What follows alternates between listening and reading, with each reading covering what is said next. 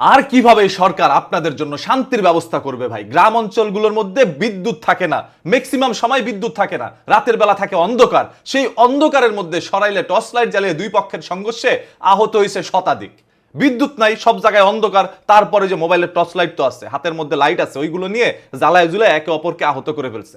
শতাধিক আহত হয়েছে। দুঃখের বিষয়, সেখানে দুইজন পুলিশ কর্মকর্তাও আছে। তারা আসছিল পরিস্থিতি নিয়ন্ত্রণের জন্য।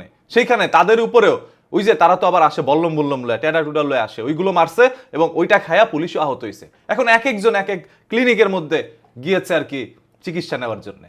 একটা তুচ্ছ ঘটনাকে কেন্দ্র করে এরকম বিশাল আকৃতি ধারণ করছে। তুচ্ছ ঘটনাটা কি?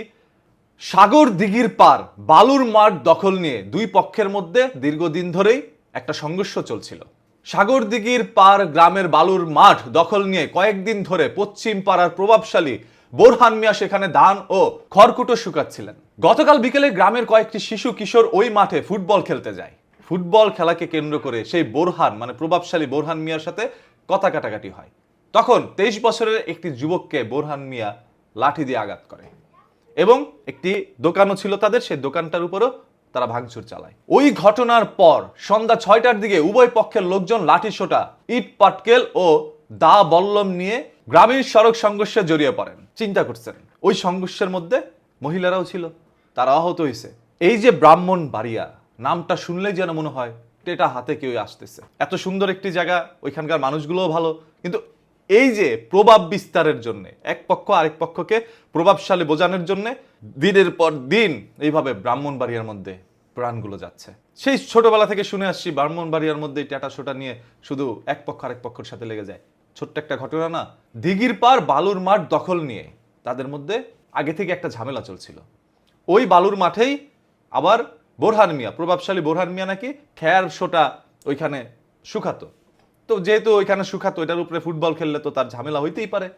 তারা পরিকল্পিতভাবে জেনেই হয়তো বা ফুটবল খেলতে আসছে, যাতে করে একটা গ্যাঞ্জাম হয়, পরবর্তীতে লাঠিসোঁটা নিয়ে দুই পক্ষে লাগতে পারে।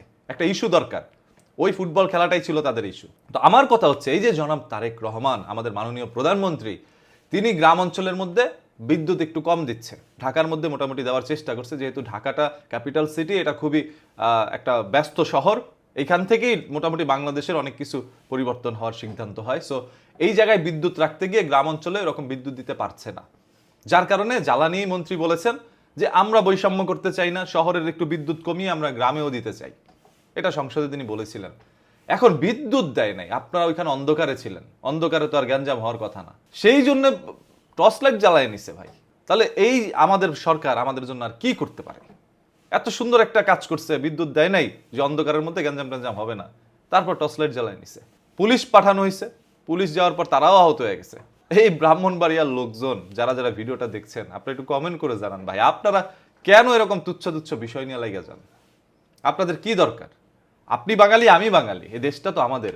ব্রাহ্মণবাড়িয়া আপনার একটা জেলা, ওই জেলার মানুষের কথা শুনলেই মানুষ মাঝে মাঝে ভয়ও পায়, এটা সত্য, যে ওই যে কখন যেন আইসা আবার কি করে ফেলে। সো আপনারা এই ছোট্ট জিনিসগুলো নিয়ে এইগুলো গ্যাঞ্জাম বন্ধ করুন।